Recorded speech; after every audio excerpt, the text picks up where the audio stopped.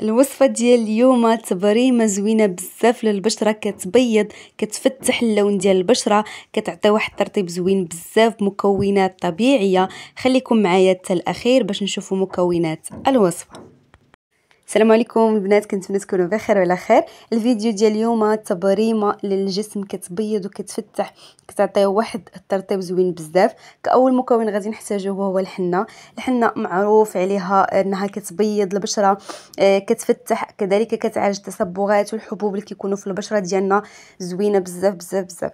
غادي نديروا 3 ملاعق من الحناء. نتوما تقدروا ديروا على حساب الكميه اللي بغيتوا ديروا، يعني سواء تنقصوا من الكميه او لا تكثروا.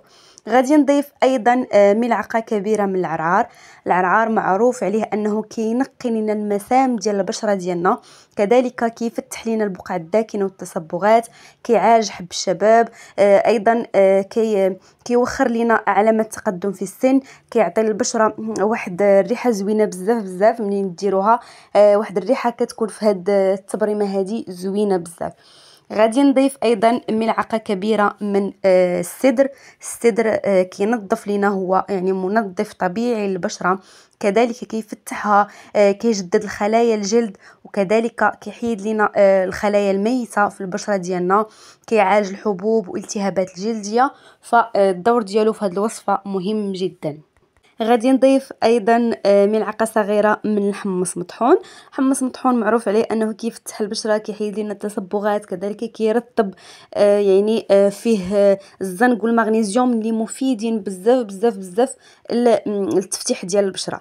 غادي نضيف ايضا ملعقه صغيره من النشا او دقيق الذره اللي كتشد لنا البشره ديالنا، كذلك كتمتص الزيوت الزائده اللي كيكون عندنا في البشره، بخصوص البشره الدهنيه.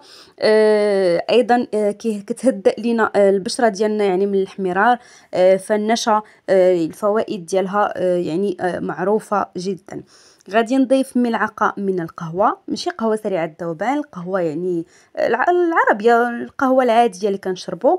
فهي يعني الدور ديالها في هذه الوصفه انها مقشر طبيعي، ايضا كتحفز لنا الدوره الدمويه، ايضا كتقاوم علامات الشيخوخه والتقدم في السن.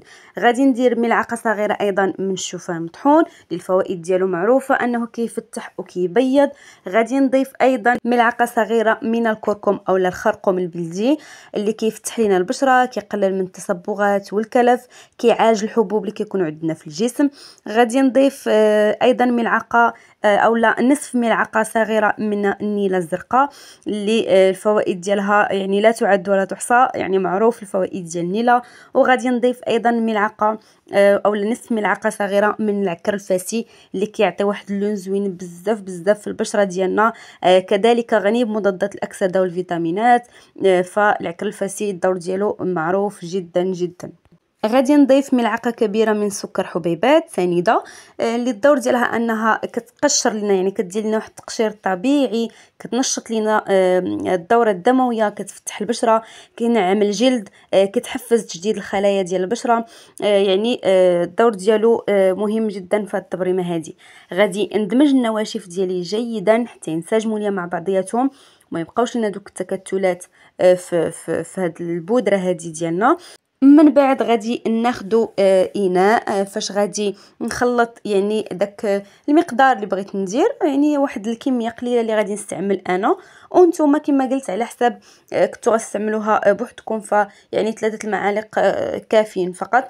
كنتو بغيتو ديروها يعني مثلا نتوما عائله كامله مثلا غادي الحمام او لا دوش، يعني غادي تضاعفوا الكميه. غادي ندير 3 المعالق في واحد الاناء. من بعد غادي ندير الماء، الماء درت فيه الحامض، الليمون درتو فيه وخليته يغلي تقريبا واحد 10 دقائق. خليته يغلي تيطلق كاع دوك الفوائد ديال الحامض اللي معروفه في التبييض وفي التفتيح. غادي نضيف الماء تدريجيا وانا كندمج المكونات جيدا حتى نحصل على واحد الخليط اللي غادي يكون متجانس، وما يكونش فيه تكتلات. انا تقريبا هنا استعملت يعني كاس كبير ديال الماء، غليت فيه الحامض، يعني غليته فيه كاس كبير هو باش دمجت هاد 3 ملاعق ديال التبريمه. غادي ندمج المكونات ديالي جيدا كما كتشوفوا معايا. في هذه المرحله هذه غادي نستعمل الميكسور اولا تقدروا فقط تستعملوا غير الطراب اليدوي، يعني طربوا هي بيديكم. انايا كنفضل الطراب الكهربائي باش ما يبقاوش ليا دوك التكتلات في التبريمه باش يسهل عليا انني عفوا نطبقها على الجسم ديالي. كما كتشوفوا معايا فكنحصلوا على واحد اللون زوين بزاف بزاف، اللون ديال العكر الفاسي كذلك ديال القهوه ديال النيله الزرقاء، كيندمجوا هاد الالوان مع بعضياتهم كيعطي واحد اللون زوين بزاف اللي كيبقى لكم كذلك في الجسم ديالكم. كما كتشوفوا معايا الباقي ديال التبريمه اللي بقات عندي درتها في واحد القريعه وخليتها جانبا، يعني نستعملها المره الجايه ان شاء الله. ف يعني غديروا الكميه اللي تقدر تستعملوها مثلا 2 مرات، حيت ملي كتطحنوا المكونات يفضل انهم ما يبقاوش مده طويله وهما مطحونين، يعني غديروا واحد الكميه اللي غادي تستعملوا واحد 2 مرات حتى 3 مرات. وبهكا غادي نكون وصلنا للنهايه ديال الفيديو ديال اليوم. كنتمنى تعجبكم الوصفه، كنتمنى كذلك تجربوها حيت غادي تعجبكم وغادي تشوفوا نتيجه زوينه بزاف. الا عجبتكم الوصفه دعموا الفيديو بلايك وبارطاجيو مع الناس اللي عندكم، وكذلك ما تنساوش تابوناو في القناه باش يوصلكم دائما كل جديد. تهلاو ليا فراسكم والسلام عليكم.